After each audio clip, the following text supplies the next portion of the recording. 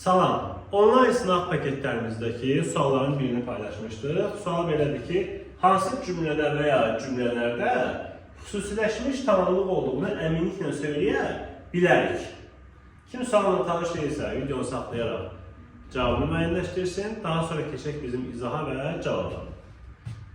Adı deyir ki, ali məktəb kitablarından əlavə daha çətin məlumatları öyrənməliyik. Burada hardasa düşünmək olar ki, ali məktəb kitablarını öyrənməliyik, hətta daha çətin məlumatları da öyrənməliyik. Bir də belə ola bilər. Biz orta məktəb kitabından oxuyuruq, amma kimsə gəlib deyir ki, ali məktəb kitablarından əlavə daha çətin məlumatları öyrənməliyik. Əlavə sözünü təyin kimi düşünün. Bu vergüldə həmcinsliyin vergülüdür. Ona görə A-da dəqiq bilmirik ki, xüsusiləşmiş tamamlıq var, yoxsa yoxdur. Ona görə də A getdi.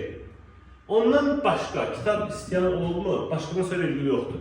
Ondan başqa kitab istəyən olubmu? Burada başqa sözünü kitaba aid düşünsək, başqa kitab. Düzdür, təyin olmayacaq.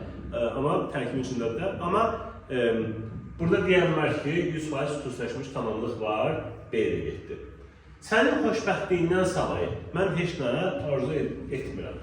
Burada xüsusiləşmiş tamamlıq işlənmişdir, 100%.